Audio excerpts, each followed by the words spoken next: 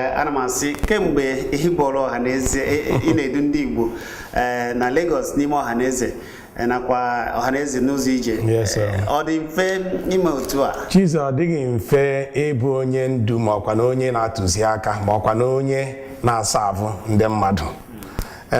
Ịbụ onye ndu ndị ọhaneze adịghị mfe, kama na Chineke bụ ike anyị, anaghị agbalị, ọ naghị agazikwen. Kedu mmekọ gị na ndị ọhaneze ndị nọ na ana Igbo kpọmkwem nakwa ndị ọhaneze ndị ọzọ?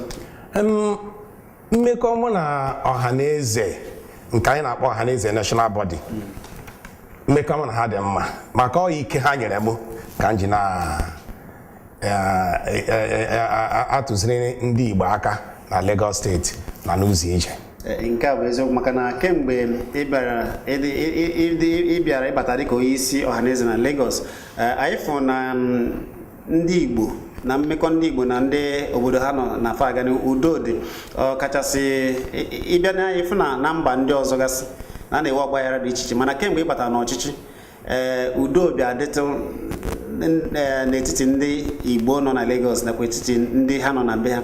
Kedu ebe mere, kedu ife yere gị dị ka mgbe m na-abata anyị kwere m nkwa kwesị ike na anyị bata na anyị ga-eji ihe a na-akpọ consultation ma ọkwa na mmekọrịta anyị na ndị ụmụnne anyị ndị ọzọ, ndị Hausa na ndị Yoruba, na anyị na-agakwu ha mgbe ụfọdụ na-enwe meeting with them, na-eme ka ha ghọta na anyị bụ ụmụnne ha, ka ha ghọta na ihe akwa a na-azọ na ọdịghị oke ihe ọ bụ nke bụ ọchịchị, ka ha ghọta na ihe a bụ ijitu ibe gị ejitu.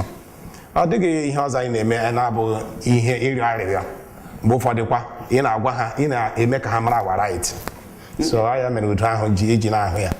Mmiri ndị Igbo ọ bụghị sọsọ na etiti ndị ọhaneze bi na be ya na Lagos, mana tupu ịbata enwegasị otu dịgasị iche iche, ịpụta ịfụ aka Igbo, ịpụta ịfụ ụkwụ Igbo, ịpụta ịfụ Igbo ma anya ndị Igbo, ndị Igbo. Mana kemgbe ị batara, ụmụ ihe a niile dịka ha nakwuru dịzị ka ha bịara bata n'ime ọhaneze, ọ dị ka ijizi chịkọta ha ncha. Kedu ife mere ụdị ife a wee dị otu a? Ọ dịghị mfe, kama na Chineke bụ ike anyị.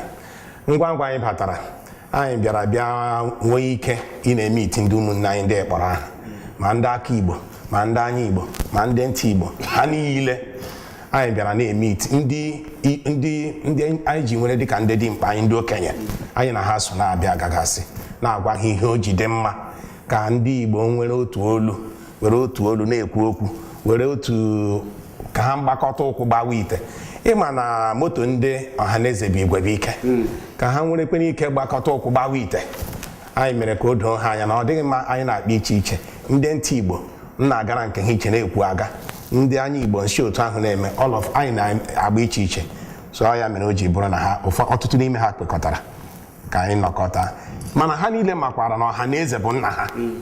Ịma onwe ihe a na-akpọ parallel organization.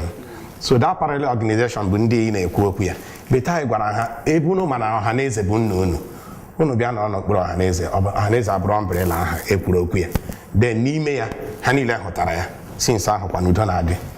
Ọ dị mma, ụmụ Igbo ndị na-ekiri anyị, onye m na ya na-akpara bụ onye nze Sir Oliver Akubeze, onye ndu ndị Igbo na ọhaneze Lagos nakwa ọhaneze n'ụzọ ije.